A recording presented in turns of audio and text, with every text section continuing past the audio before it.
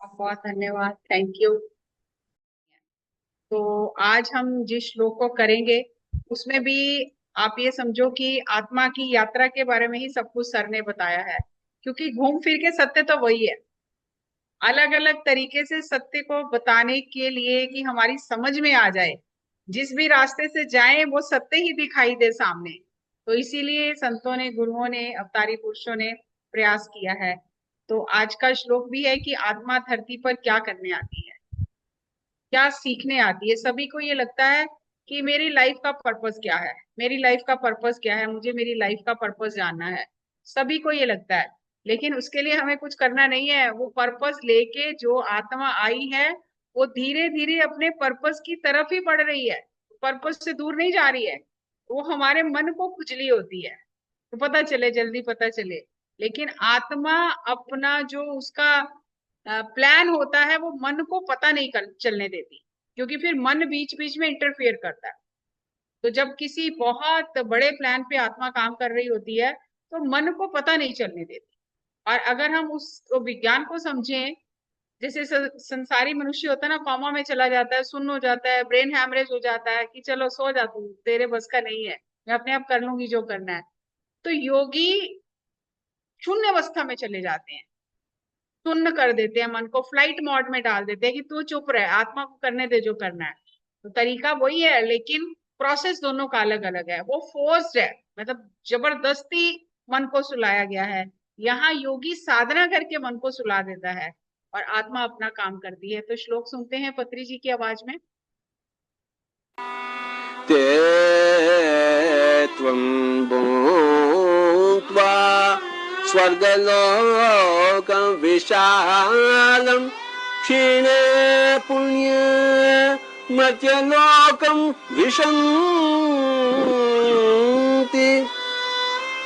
त्रयी धर्मम् अनुप्रपन्ना गतागतं काम कामा लभन्ते ते त्वं भूत्वा स्वर्गलोकं विशालं क्षीणे पुण्ये मर्त्यलोकं विशन्ति ते त्वं भूत्वा स्वर्गलोकं विशालं क्षीणे पुण्ये मर्त्यलोकं विशन्ति ते त्वं भूत्वा स्वर्गलोकं विशालं क्षीणे पुण्ये मर्त्यलोकं विशन्ति। दोस्तों, अब इस श्लोक का अर्थ समझते हैं जो पत्री जी ने अपनी भाषा में हमें बताया है। ऐसे तो बहुत सुना है हमने, लेकिन जो उसमें गूढ़ रहस्य छिपे हुए हैं वो कोई तत्व ज्ञानी, कोई योगी, कोई समदर्शी ही हमें समझा सकता है। भाषा के स्तर पे तो हम समझ सकते हैं, लेकिन उसमें छिपी हुई जो सूत्र है वो नहीं समझ सकते। ते त्वं भुक्त्वा स्वर्ग लोकम विशालम क्षीणे पुण्य मृत्यु लोकम विश्यन्ति एवं त्रयी धर्म अनुप्रपन्ना गतागतम काम कामा लभन्ते। ते त्वं भुक्ता, वो लोग भोग कर अपने सुख, स्वर्ग लोकम विशालम, विशाल स्वर्ग लोक में, हीने पुण्य, जब उनके पुण्य समाप्त हो जाते हैं, मृत्यु लोकम विशयंती, तो वो धरती पर वापस आ जाते हैं। एवं त्रय धर्म अनुप्रपन्ना, इस तरह से तीन धर्मों को सीखते हुए, तीन धर्मों का पालन करते हुए, गतागतम, बार बार आते जाते रहते हैं, काम कामा लभंते, अपनी इच्छाओं की पूर्ति करते हुए, उन्हें पूर्ण करके आनंद लेते हुए धरती पर बार बार आते जाते रहते हैं। वेद व्यास जी ये सब कैसे जानते हैं? क्योंकि वह उच्च लोकों में और धरती पर विचरण करते रहते हैं, इसलिए वह ये सब जानते हैं। जैसे हम हैदराबाद से सिकंदराबाद जाते हैं, इसी तरह योगी उच्च लोक और निम्न लोकों के बीच में आते जाते रहते हैं। इसलिए उन्होंने कहा है ते त्वं भुक्त्वा, जब आपका पुण्य समाप्त हो जाता है, जब स्वर्ग लोक में आप अपने पुण्य का फल भोग लेते हैं, तो वापस धरती पर फिर जन्म लेते हैं। जब हमारे अकाउंट में पैसे होते हैं तो हम अपने अकाउंट से पैसे खर्च करते हैं। इसी तरह अपने शुभ कर्मों को विशाल स्वर्ग लोक में जाकर हम भोगते हैं। जब वो पुण्य समाप्त हो जाते हैं, फिर हम धरती पर आकर जन्म लेते हैं और पुण्य कमाते हैं। जब और पुण्य एकत्रित हो जाते हैं, फिर स्वर्ग लोक में जाते हैं, और जब पुण्य समाप्त हो जाते हैं, फिर धरती पर आ जाते हैं। कोई भी आत्मा मृत्यु के बाद तुरंत जन्म नहीं लेती है। ये इस बात पर निर्भर करता है कि किस आत्मा ने कितने पुण्य कमाए हैं। क्षीणे पुण्य मृत्यु लोकम विशंति, पहले वे जाकर स्वर्ग लोक में अपने पुण्य भोगेंगे। अगर उनके पास पुण्य बहुत ज्यादा है तो उन्हें भोगने के बाद, खर्च होने के बाद ही वे धरती पर जन्म लेते हैं। जैसे किसी के पास बहुत सारे डॉलर हों और वो यहाँ से अमेरिका चला जाता है, सारे डॉलर खर्च होने के बाद ही वापस आता है। हम केवल इसी लोक को जानते हैं, पर अन्य लोक हैं, अन्य जन्म हैं, सत्य लोक, स्वर्ग लोक, सुवर लोक, जना लोक, ये सब हैं। जिसने जितने अच्छे कर्म किए हैं वह उस हिसाब से उस लोक में जाता है और वहां जाकर अपने पुण्य भोगता है। फिर पुण्य भोगने के बाद धरती पर वापस आ जाता है। लोग ये नहीं जानते, ये केवल ध्यान योगी ही जानते हैं। कोई भगवत गीता का अनुवाद करता है, वह ये सब नहीं जान सकता, क्योंकि वे सिर्फ भाषा के स्तर पर बात करते हैं, वह प्रसंग को नहीं जान सकते। ये प्रसंग ध्यान करने से ही समझ में आता है। भाषा का और साधना का कोई तालमेल नहीं है। तेत्वम भुक्त्वा एवं त्रयी धर्म अनुप्रपन्ना, धरती पर हम 3 धर्मों की स्थापना करने आते हैं। जब तक हम उन 3 धर्मों की स्थापना नहीं कर लेते, तब तक बार बार धरती पर आते ही रहते हैं। पहला धर्म है शरीर धर्म, दूसरा धर्म है संघ धर्म, और तीसरा धर्म है आत्म धर्म। ये तीनों धर्म निभाने के लिए हम भौतिक शरीर में आते हैं। 3 तरह के धर्म हैं। आपकी आत्मा जानती है कहाँ, कब और कैसे जन्म लेना है। और आत्म धर्म क्या है? शरीर धर्म, आत्मा इस शरीर को वाहन के रूप में इस्तेमाल कर रही है। उसे जो भी सीखना है, उसे सीखने के लिए उसे शरीर धारण करना पड़ता है। इसलिए आपको अपने शरीर के धर्म का पालन करना है। संघ धर्म, आपका जन्म एक परिवार में हुआ है, आपकी सामाजिक जिम्मेदारी है, आपकी पारिवारिक जिम्मेदारी है। ये आपका परिवार और समाज के प्रति संघ धर्म है। त्रय धर्म, शरीर धर्म, संघ धर्म और आत्म धर्म, इसकी स्थापना करने के लिए हम बार बार धरती पर जन्म लेते हैं। आत्म धर्म को जानने के लिए, आत्मा को जानने के लिए हमें ध्यान करना है। लेकिन धरती पर आकर हम सब कुछ करते हैं और ध्यान करना भूल जाते हैं। वस्त्र दान, अन्न दान, दूसरों की मदद करना, सेवा करना, सब कुछ करते हैं, लेकिन ध्यान नहीं करते। और फिर इन कर्मों को करने से जो पुण्य होते हैं, वह उच्च भोग कर हम फिर वापस आ जाते, फिर ध्यान करने के लिए हैं और धरती हैं और ध्यान नहीं करते। आत्मा उच्च लोक में और धरती लोक के बीच आती जाती रही है। जन्म और मृत्यु के चक्कर में हम अचानक से जन्म नहीं लेते हैं, पूरी योजना बनाकर तब आत्मा जन्म लिया। स्वलोकम विशालम लोकम एवं त्रयी अनुप्रगतागतम काम कामालभ, अपने तीनों का पालन करना है। तीनों का पालन करने के बाद धरती पर आने की नहीं होती है। हाँ, लेकिन अपनी इच्छा आना चाहे तो दूसरों को सिखाने के लिए, ध्यान सिखाने के लिए आ सकते हैं। जब सत्य, फिर सत्य के साथ जीते हैं और धरती पर आते हैं। हमें वैज्ञानिकों की पुस्तकें पढ़नी चाहिए। थियोसॉफिकल सोसाइटी, लोक संग्राम पा, इन पुस्तकों के बारे में अलग अलग लोगों के बारे में बताया गया है। अगर आप ये पुस्तकें नहीं पढ़ते तो आप कुछ भी जान नहीं सकते है। पुस्तक पढ़ने से कुछ भी समझ, लेकिन ही नहीं तो ये लोक है चलेगा। तपहा अध्याय प्राणिधानात्, हमारी अनेक इच्छाएं, अपनी इन इच्छाओं को कम करना है। तपहा शरीर के स्तर पर बुद्धि के स्तर हमें यहाँ वहां नहीं घूमना चाहिए है। स्वाध्याय अध्यय करना, सभी आध्यात्मिक वैज्ञानिकों की पुस्तकें हैं। वेद व्यास जी ने महाभारत लिखी है, अगर वह ना लिखते तो हमें इस ज्ञान का पता, तब हम, इसलिए हमें पढ़नी चाहिए, स्वाध्याय करना चाहिए।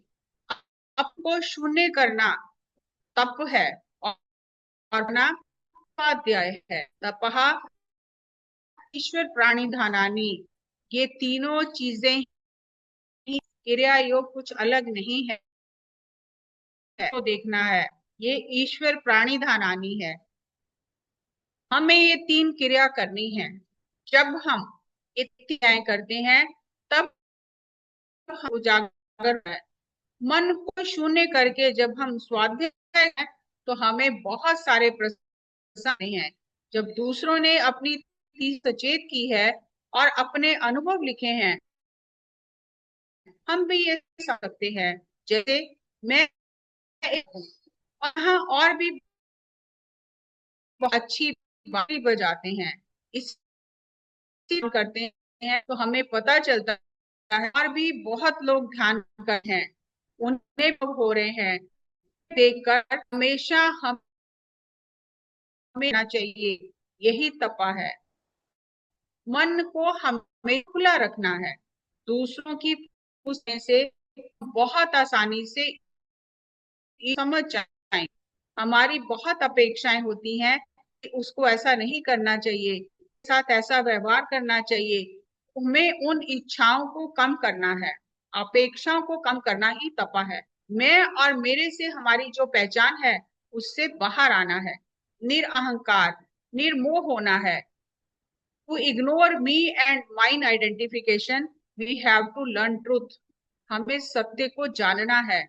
ईश्वर प्राणी धानानी, सकल प्राणी कोटि में भगवान है, सकल प्राणी कोटि में ईश्वर को देखना है, समभाव में रहना है।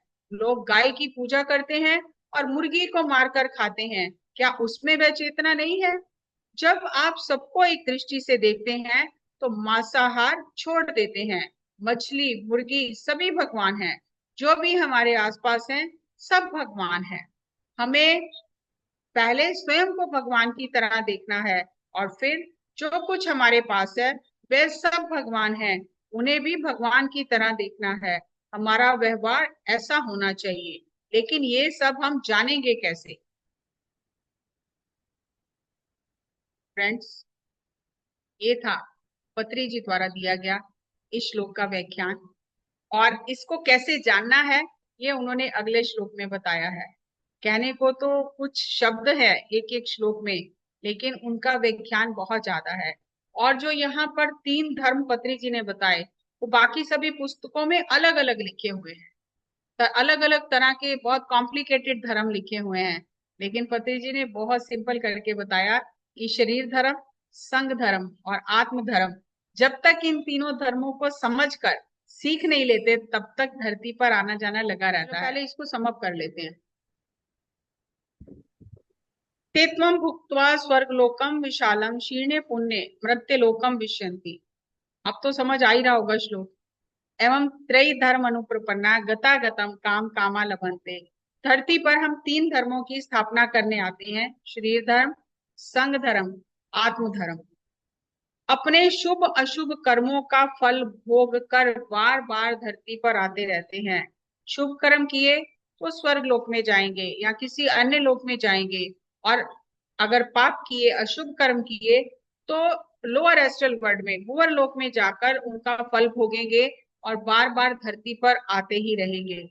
और एक बहुत जरूरी सूत्र जो यहाँ पर पत्री जी ने खोला है कि मृत्यु के बाद आत्मा तुरंत जन्म नहीं लेती है। जिसके जितने ज्यादा पुण्य होते हैं वो पहले उन पुण्यों को भोगती है, या जिसके जितने ज्यादा पाप होते हैं लोअर एस्ट्रल वर्ल्ड में जाकर उनको भोगती है और फिर पूरी योजना बनाकर दोबारा से जन्म लेती है। और जितनी ज्यादा आत्मा प्रगति कर लेती है, जितनी ज्यादा वो विकसित सोल हो जाती है, इवॉल्व सोल हो जाती है, उतना उसको योजना बनाने के लिए, वैसी परिस्थितियां, वैसे माता पिता ढूंढने के लिए उतना उसको समय लगता है। तो तुरंत कोई भी आत्मा जन्म नहीं लेती। जो बहुत ही बेबी सोल्स हैं वो जल्दबाजी करती हैं, लेकिन मैच्योर सोल्स जल्दबाजी नहीं करती हैं। और तप में शरीर और मन बुद्धि, शरीर मन और बुद्धि को हमें स्थिर करना है। लोगों को लगता है कि शरीर को तपाना, अलग अलग तरह के नंगे पैर चलना या और बहुत सारी जो करते हैं तो वो तप है, लेकिन यहाँ पर सर बता रहे हैं शरीर और मन और बुद्धि को स्थिर करना है कि यहाँ वहां मन भटके ना, और इच्छाओं को और अपेक्षाओं को कम करना, यही तप है। क्योंकि अपेक्षाओं और इच्छाओं की वजह से हम बार बार धरती पर आते रहते हैं, और अपनी मी एंड माई से जो आइडेंटिफिकेशन है, जो अहंकार है वो है, उससे जो हमारी पहचान है उससे बाहर आना। स्वाध्याय, भाषा और साधना का कोई तालमेल नहीं है। जब हम ध्यान करके कोई भी पुस्तक पढ़ेंगे, हमें और हमें अपने मन को हमेशा खुला रखना है। हम पहले ही सोच लेते हैं ये तो आएगा ही नहीं, ये तो मुझसे होगा ही नहीं, ये तो मुझे समझ ही नहीं आता, तो फिर नहीं समझ आता। इसलिए सीखने के लिए मन को हमेशा खुला रखना है, और मन को शून्य करके जब हम स्वाध्याय करते हैं तब हमें समझ में आता है कि मास्टर ने क्या बताया है। और ईश्वर प्राणी धनानी में भी आज तीन ही चीजें बताई कि पहले तो स्वयं को भगवान की तरह देखें, फिर दूसरों को देखें कि दूसरे हर प्राणी कोटि में भगवान है, और फिर जब जीव जंतुओं में भगवान दिखाई देने लग जाएगा तो फिर हमारे आसपास जो कुछ भी है जड़ चेतन वह सब भगवान है। हमारा ऐसा व्यवहार होना चाहिए। ये सिर्फ सब्जेक्ट सीखने से नहीं है, ये सीख लिया, रट लिया, सेशन में सुन लिया और हम बस हो गया, समझ में आ गया, नहीं, व्यवहार में वो चीजें होनी चाहिए। और धर्म तीन है, शरीर धर्म, संग धर्म, आत्म धर्म, और तीन ही हमें ये तपा स्वाध्याय ईश्वर प्राणी धानानी है। और इसमें जो बताया सर ने तीन चीजें हैं ईश्वर प्राणी धानानी में भी। पहले तो स्वयं को भगवान की तरह देखें, और मुझे तो नहीं लगता कि मैं अभी स्वयं को भगवान की तरह देख पाई हूँ हर समय।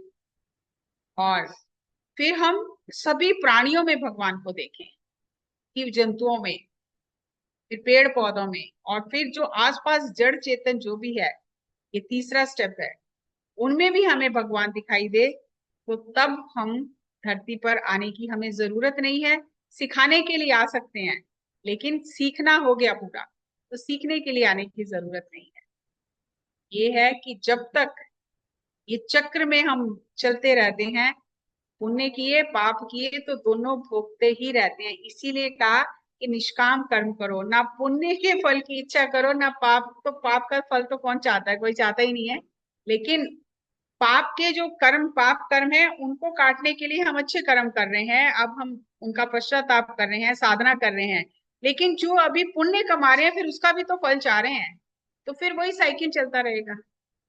और जब आप देखते हो जब साइकिल चलाता है कोई भी, हमने भी बचपन में चलाया, तो उसका पेडल अगर आप बंद कर देते हो ना मारना, तो भी वो थोड़ी दूर तक जाता है। आप फल की इच्छा छोड़ देते हो तो भी थोड़ी दूर तक पुरानी चीजें साथ में चलती हैं, तब जाके वो चक्कर रुकता है, चक्का रुकता है। अभी सर ने कहा कि ये हम जानेंगे कैसे, जो भी ये शरीर धर्म, संग धर्म और आत्म धर्म है, और पुण्य कमाकर और पाप कमाकर हम भोगते हैं फिर उन्हें, तो ये सब इस चक्र से बाहर आएंगे कैसे, ये जानेंगे कैसे सब। तो उसके लिए जो सर ने आगे दूसरे श्लोक में बताया है वो मैं आपके साथ शेयर करने जा रही हूँ, श्लोक सर की आवाज में, और फिर उसका व्याख्यान हिंदी में आपके साथ शेयर करती हूँ। होना चाहिए शिष्य में, क्या क्या गुण होने चाहिए, तब उसे किस तरह से गुरु ज्ञान देता है। और ये हमारे को तो अपने ऊपर इम्प्लीमेंट करना बहुत जरूरी है अगर हम इस मार्ग पर चलना चाहते हैं। तो सर की आवाज में सुनिए। तपः स्वाध्याय ईश्वर प्रणिधानेन क्रियायोगः क्रियायोगी परिप्रश्नेन सेवया उपदेक्षन्ति ते ज्ञानं ज्ञानिनः तत्त्वदर्शिनः तद्विधि प्रणिपातेन परिप्रश्नेन सेवया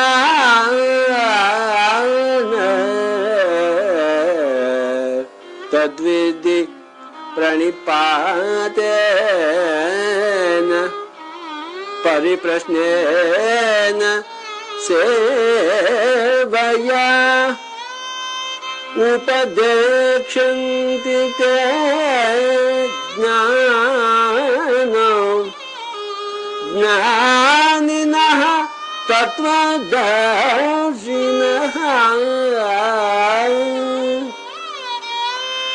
तद्विधि प्रणिपातेन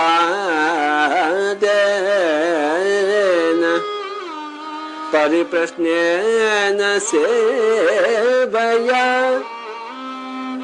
उपदेक्षन्ति ते ज्ञानं ज्ञानिनः तत्त्वदर्शिनः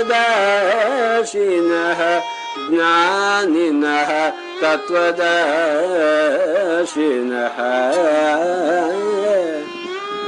तद्विधि प्रणिपातेन परिप्रश्नेन सेवया उपदेक्षन्ति ते ज्ञानं ज्ञानिनः तत्त्वदर्शिनः When the disciple is ready, master will appear. Master is already there, but you are not ready. तद्विधि प्राणिपातेन परिप्रश्नेन सेवया उपदेक्ष्यन्ति ते ज्ञानम ज्ञानिनः तत्त्वदर्शिनः। तत्विधि सत्य को जानने के लिए इच्छुक, परिपातेन वे स्पिरिचुअल मास्टर को अप्रोच करते हैं, उसके पास जाते हैं, परिप्रश्नेन और विनम्रता से पूछते हैं, सेवया और सेवा करते हैं, उपदेक्ष्यन्ति तब गुरु उन्हें उपदेश देता है, ज्ञानम तत्वदर्शिनः वो तत्वदर्शी जिसने सत्य को अनुभव किया है, सत्य को पाया है, ऐसा आत्मज्ञानी ब्रह्म ज्ञानी तब उन्हें उपदेश देता है। परिप्रश्नेन यानी सही प्रश्न करने से, प्रणिपातेन साष्टांग प्रणाम करना, साष्टांग प्रणाम यानी 8 अंगों से प्रणाम करना, सेवया सेवा करना, तत्विधि तब तत्व ज्ञानी आपको उपदेश देगा। ये ज्ञान आपको कौन देगा? ये ज्ञान आपको एक तत्वदर्शी ज्ञान देगा। जब वह देख लेगा कि आप सत्य को पाने के इच्छुक हैं, तो ऐसे साधक को गुरु ज्ञान देगा। प्रणिपाते साष्टांग नमस्कार यानी 2 हाथ, 2 पांव, 1 सिर, 1 धड़, मन, बुद्धि और शरीर, इन 8 अंगों से नमस्कार करना है। साष्टांग नमस्कार। पहले तो हमारे अंदर साष्टांग प्रणाम करने की इच्छा होनी चाहिए, तभी शरीर साष्टांग प्रणाम करेगा। ये इच्छा मन में उत्पन्न होती है। जब तक मन में इच्छा नहीं उत्पन्न होती तो शरीर प्रणाम नहीं करता है, मन ही सृजन करता है। हमें अपनी बुद्धि को समर्पित करना है, मन को समर्पित करना है और गुरु के पास शरीर को भी समर्पित करना है कि मुझसे ज्यादा बुद्धि आप में है, आप मुझसे ज्यादा महान हैं, मैं आपके आगे समर्पण करता हूँ। मन, बुद्धि और शरीर तीनों से। परिप्रश्नेन फिर दूसरा है सही प्रश्न करना। मेरा मन यहाँ वहां भटक रहा है, लेकिन मैं आपकी शरण में आया हूँ, मुझे मन को स्थिर करना सिखाएं। साधक जानता है कि मेरा मन चंचल है, व्यवस्थित नहीं है, जिस तरह से योगी का मन है। मेरे अंदर उतनी बुद्धि भी नहीं है, इसलिए मैं पूरी तरह से आपके प्रति समर्पित होता हूँ। तब आपको गुरु द्वारा ज्ञान मिलेगा। गुरु हमेशा ज्ञान सिखाने के लिए तैयार है, लेकिन उस ज्ञान को पाने के लिए आपको समर्पण करना है, सही प्रश्न पूछना है, साष्टांग नमस्कार करना है, तब गुरु आपको उपदेश देगा। हमें कुछ भी सीखना है तो ये तीन चीजें बहुत जरूरी हैं। परिप्रश्नेन यानी सही प्रश्न पूछना, साष्टांग प्रणाम करना, भौतिक काया, मनोकाया, बुद्धि काया, तीनों तरह से समर्पित हो जाना, सेवया, फिर जो गुरु सेवा कहे उस सेवा को तत्परता से करना, तब गुरु से ज्ञान का उपदेश मिलेगा। जब शिष्य तैयार होता है तब मास्टर आता है। मास्टर तो हमेशा सिखाने के लिए तैयार है, पर शिष्य तैयार नहीं है। When the disciple is ready, Guru appears. Guru was already there, but you were not there. You were not ready. बहुत सारे लोग गुरु से केवल अपना ज्ञान दिखाने के लिए प्रश्न पूछते हैं। सिर्फ प्रश्न पूछने के लिए प्रश्न नहीं पूछते, ना ही प्रश्न का उत्तर जानने के लिए प्रश्न पूछते हैं। वह अपना ज्ञान दिखाना चाहते हैं। ऐसी स्थिति में गुरु आपके प्रश्नों के उत्तर नहीं देगा, क्योंकि वह जानता है आप क्या कर रहे हो। इसलिए परिप्रश्नेन, आप सही प्रश्न पूछें। सिर्फ पूछने के लिए ना पूछें, ना अपना ज्ञान दिखाने के लिए पूछें। आप इसलिए पूछें कि मैं कुछ नहीं जानता। अगर आप ऐसे पूछेंगे मैं भी कुछ जानता हूं, तो गुरु आपके प्रश्नों का उत्तर नहीं देगा। साधक के अंदर अहंकार नहीं होना चाहिए इस बात का कि मैं कुछ जानता हूँ। उसके अंदर समर्पण होना चाहिए कि मैं कुछ नहीं जानता, कृपया मुझे सिखाएं। लोग बहुत कुछ पाना चाहते हैं लेकिन सेवा नहीं करना चाहते। सेवा, शरीर से श्रम नहीं करना चाहते। इस तरह गुरु जानता है और कहता है कि ठीक है, अब अगले जन्म में आना, अभी तुम तैयार नहीं हो। इसलिए साधक के लिए ये तीन चीजें बहुत जरूरी हैं। लोग प्रश्न करते हैं, मेरी बेटी की नौकरी नहीं है, मेरी बेटी की शादी नहीं हो रही है, मेरे बेटे का वीजा नहीं लग रहा है, मेरे बेटे की नौकरी नहीं है। ये सब प्रश्न सही प्रश्न नहीं है। एक योगी से, गुरु से ऐसे प्रश्न नहीं पूछने चाहिए। अगर वो सच्चा योगी है तो वो आपको मारकर भगा भी सकता है। सही प्रश्न ये है, मैं बहुत दुखी हूँ, मैं अपने दुख से छुटकारा पाना चाहता हूँ, मैं आपकी तरह ज्ञानी बनना चाहता हूँ, मैं भी खुश रहना चाहेगा कि दुख से छुटकारा से पाना है। अगर आप आपसे एक प्रश्न पूछते हो तो प्रश्न नहीं है। हमें भी होना चाहिए कि मुझे ज्ञान नहीं है, मुझे पता है आपको मुझसे ज्यादा ज्ञान है, इसलिए मैं आपसे प्रश्न पूछ रहा हूँ। मुझे भी वह ज्ञान चाहिए। मैं अपने दुख से कैसे बाहर आ सकता हूँ, मैं आपकी तरह कैसे शांत हो सकता हूँ, मैं आपकी तरह ज्ञानवान कैसे हो सकता हूँ, मैं भी आपकी तरह बनना चाहता हूँ। ये सही अप्रोच है और सही प्रश्न है। जब हम इस तरह से गुरु के पास पहुंचते हैं तब गुरु हमें उपदेश देता है। आपका चेहरा बहुत शांत है, मेरा चेहरा ऐसा क्यों नहीं है। जब हम इस तरह से पूछते हैं तब गुरु हमें रास्ता बताता है, मुझे क्या करना चाहिए। जब शिष्य सबको छोड़ने के लिए तैयार है कि मुझे नाम, धन, पद, प्रतिष्ठा कुछ नहीं चाहिए, मुझे केवल सत्य चाहिए, मुझे केवल ज्ञान चाहिए जिससे मैं शांत हो जाऊं, वह ज्ञान मुझे दो, मैं उसके लिए सब कुछ करने के लिए तैयार हूँ, सेवा करने के लिए तैयार हूँ, श्रम करने के लिए तैयार हूँ, तब गुरु आपको ज्ञान देगा। अगर आप अभी संसारिक प्रश्नों में, संसारिक चीजों में उलझे हुए हो तो अभी आप तैयार नहीं हो। जब आप सब कुछ छोड़कर केवल सत्य को पाने के लिए, एक चीज पाने के लिए सब कुछ गंवाने को तैयार हो, तो गुरु आपको ज्ञान देगा और फिर ये ज्ञान हमें हर तरह से माला माल कर देगा। पिरामिड स्पिरिचुअल सोसाइटीज मूवमेंट में कोई भी आपको सेवा करने के लिए, प्रश्न पूछने के लिए या साष्टांग प्रणाम करने के लिए नहीं कहता। हर कोई आपको ज्ञान सिखाने के लिए तैयार है, पर बिना इन तीन चीजों के वह ज्ञान आपके अंदर नहीं उतरेगा। ज्ञान तो आपको दे दिया जाएगा लेकिन ज्ञान आपके भीतर नहीं उतरेगा। अगर आपके अंदर ये तीन गुण नहीं है, वह ज्ञान आपके सिर के ऊपर से निकल जाएगा, आप उस ज्ञान को ग्रहण नहीं कर पाएंगे।